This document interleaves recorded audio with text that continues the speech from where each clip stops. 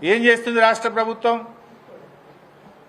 ఒకవైపు కేంద్ర ప్రభుత్వం ఏమో ఏ అనుమతులు లేకుండా డబ్బులు ఇస్తున్నారు, అడిషనల్ ఎఫ్ఆర్బిఎం ఇస్తున్నారు, 40,000 కోట్లు కేంద్ర ప్రభుత్వం ఇస్తామని చెప్తా ఉంటే ఈ రాష్ట్ర ప్రభుత్వం నిమ్మకు నీరెత్తినట్టుంది. దున్నపోతు మీద వాన పోసినట్టే పడ్డట్టే ఉన్నది. అంటే లేఖలు రాసి చేతులు దులుపుకుంటున్నాడు ఉత్తమ్ కుమార్ రెడ్డి. లేఖలు కాదు, అయితే ప్రశ్నించండి, నిలదీయండి, లేదంటే అఖిల పక్షాన్ని కేంద్ర ప్రభుత్వం దగ్గర తీసుకుపోండి, ధర్నా చేద్దాం పండి, జంతర్ మంతర్ కాడ అందరం కలిసి నిలదీయండి, సుప్రీంకోర్టు పోండి. ఎందుకు పోతలేరు? ఇంకేదో మాట్లాడుతున్నాడు. ఇలా కృష్ణా నదిలో మన న్యాయమైన వాటా వాడకుండా కిందికి నీళ్లు వదిలి తెలంగాణ నోళ్లు కొట్టింది మీరు. 65 టీఎంసీల నీళ్లు ఆంధ్రాకు అధికంగా అప్పజెప్పింది మీరు. గోదావరి బనకచెర్ల కడుతుంటే గుడ్లప్పగిచ్చి చేతులు కట్టుకొని చేష్టలుడిగేటట్టు చేస్తున్నది మీరు.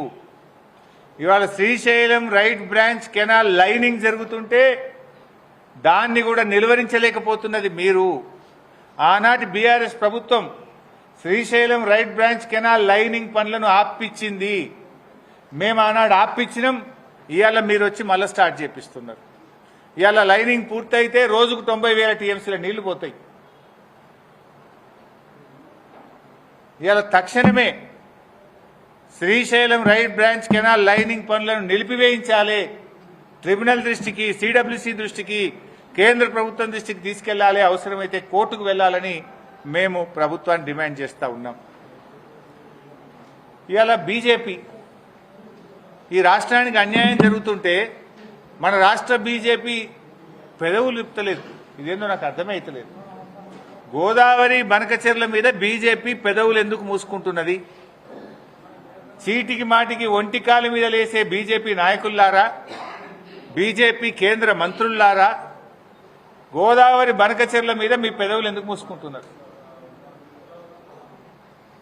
తెలంగాణ నోరుగొట్టి అక్రమంగా తెలంగాణ నీళ్లను మళ్లించకపోయే ప్రయత్నం ఆంధ్రప్రదేశ్ చేస్తుంటే ఈ రాష్ట్రం నుంచి ఉన్న కేంద్ర మంత్రులు ఎందుకు స్పందించడం లేదు? ఇలా ఈ రాష్ట్ర ప్రయోజనాలు బీజేపీకి పట్టవా? ఇలా 3 విషయాలు చాలా ప్రధానంగా ఉన్నాయి. ఒకటి, గోదావరి బనకచెర్ల వల్ల శాశ్వతంగా గోదావరి జలాల్లో తెలంగాణ వాటా కోల్పోయే ప్రమాదం ఉంది. 2, Srisailam right branch canal lining ను తక్షణమే నిలిపివేయండి. దానికి ఏ అనుమతులు లేవు, అది అక్రమ ప్రాజెక్టు. అది పూర్తయితే రోజుకు 90,000 క్యూసెక్కుల చొప్పున మొత్తం శ్రీశైలం ఖాళీ చేస్తారు. రేపు నాగార్జున సాగర్ కు నీళ్లు రావు, నాగార్జున సాగర్ ఎడమ ఆయకట్టుకు నీళ్లు రావు, హైదరాబాద్కు తాగునీళ్లు రాని పరిస్థితి ఏర్పడుతుంది.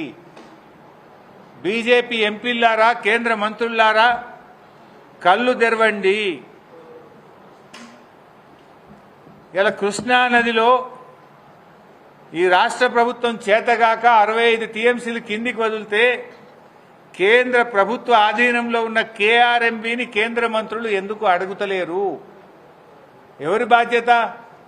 తెలంగాణ వాటా తెలంగాణకు దక్కేటట్టు చూడాల్సిన బాధ్యత కేంద్ర ప్రభుత్వ చేతుల్లో ఉన్న కేఆర్ఎంబీ చూడాలి.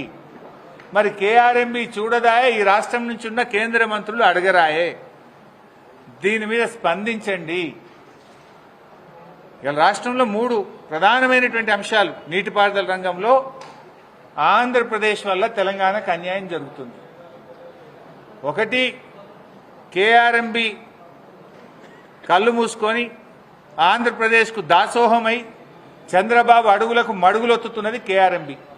మరి ఆ కేఆర్ఎంబీని సరిచేసి, కేఆర్ఎంబీని సెటరైట్ చేసి తెలంగాణకు న్యాయబద్ధంగా వచ్చే నీళ్లను వచ్చే విధంగా చూడే బాధ్యత మీకు లేదా? Srisailam right branch canal lining పనులు, అక్రమ ప్రాజెక్టు పనులు ఆపే బాధ్యత మీకు లేదా? ఎలాంటి అనుమతులు లేకుండా అక్రమంగా కడుతున్నటువంటి గోదావరి బనకచెర్లను ఆపే బాధ్యత మీకు లేదా అని నేను బీజేపీ ఎంపీలను కూడా ఈ సందర్భంగా కేంద్ర మంత్రులను ప్రశ్నిస్తా ఉన్నా. సో ఉత్తమ్ కుమార్ రెడ్డి గారు, ఉత్త ప్రగల్భాలు మాను, చిల్లర మాటలు మాను.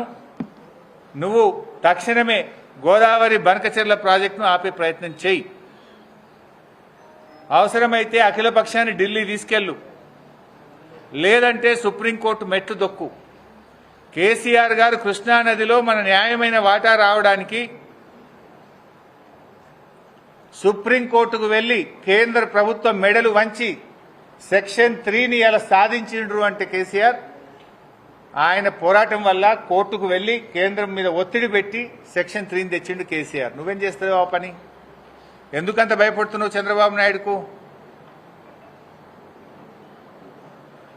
ఇలా రేవంత్ రెడ్డి గారు గంధమల్ల ప్రాజెక్టుకు శంకుస్థాపన చేస్తున్నాడు. గంధమల్ల ప్రాజెక్ట్ అంటే ఏంటిది? కాళేశ్వరంలో అంతర్భాగం. మన మల్లన్న సాగర్ నుంచి గంధమల్లకు నీళ్లు పోతాయి. ఏమంటాడు రేవంత్ రెడ్డి? కాళేశ్వరం కుప్పకూలింది అంటాడు, అయిపోయింది కాళేశ్వరం అంటాడు. మరి కాళేశ్వరం లేకపోతే గంధమల్లకు నీళ్ళు ఎట్లా పోతాయి? ఇలా పోయిండు, ఆడికి పోయిండు. ఏది? భువనగిరి జిల్లా, యాదాద్రి జిల్లాకు పోయి బీఆర్ఎస్ ప్రభుత్వం కాళేశ్వరంలో భాగంగా రూపొందించిన గంధమల్లకు ఇలా కొబ్బరికాయ కొడుతుంది. మరి కాళేశ్వరం కుప్పగూలిందన్న రేవంత్ రెడ్డి మరి గంధమల్లకు ఎట్లా కొబ్బరికాయ కొడుతున్నావు? గంధమల్లకు నీళ్ళు పోవాలంటే ఆడికెళ్ళి పోవాలి. మల్లన్న సార్కి ఎడికెళ్ళి వస్తాయి, రంగనాయక సార్కి. రంగనాయక సార్కి ఎడికెళ్ళి వస్తాయి, మిడ్ మానేర్కెళ్ళి. మిడ్ మానేర్కెళ్ళి ఎడికెళ్ళి వస్తాయి, ఎల్లంపల్లికెళ్ళి వస్తాయి. ఇదంతా కాళేశ్వరం కాదు ఇది. మరి కాళేశ్వరం కుప్పకూలింది, 1,00,000 కోట్లు పోయినాయని రోజు పొద్దుగా లేస్తే వల్ల వేస్తావు కదా. మరి కాళేశ్వరమే కూలిపోతే గంధమల్లకు నీళ్ళు ఎక్కడియో రేవంత్ రెడ్డి చెప్పాలి ఇవాళ సమాధానం. అంటే నువ్వు చెప్పేదన్నా అబద్ధం కావాలి. నువ్వు ఇంతకాలం చెప్పేది అబద్ధమో అని స్పష్టంగా అర్థమవుతుంది. కాళేశ్వరం అంతా ఇంటాక్ట్ ఉన్నది కనుకనే, గంధమల్లకు నీళ్ళు వస్తాయి కనుకనే నువ్వు ఇలా గంధమల్లకు కొబ్బరికాయ కొడుతున్నావు. అంటే నువ్వు ఇంతకాలం చెప్పిందంతా కాళేశ్వరం కూలింది, కుప్ప కూలింది అని నువ్వు మాట్లాడేదంతా అబద్ధము, గోబల్సు, తప్పుడు ప్రచారం చేసినావు. అదే కాళేశ్వరంకు ప్రాజెక్టులో భాగంగా ఉన్న మల్లన్న సాగర్ నుంచి హైదరాబాద్కు 30 టీఎంసీలు తీసుకుపోతా అంటాడు. మూసి సుందరీకరణ చేస్తా, మల్లన్న సాగర్ నీళ్లు తీసుకుపోయి కాళేశ్వరం నీళ్లు తీసుకుపోయి మూసీలో పోస్తా అంటాడు. మరి కాళేశ్వరం నీళ్లు మూసీలో పోస్తా అంటావు, హైదరాబాద్ తీసుకుపోతా అంటావు.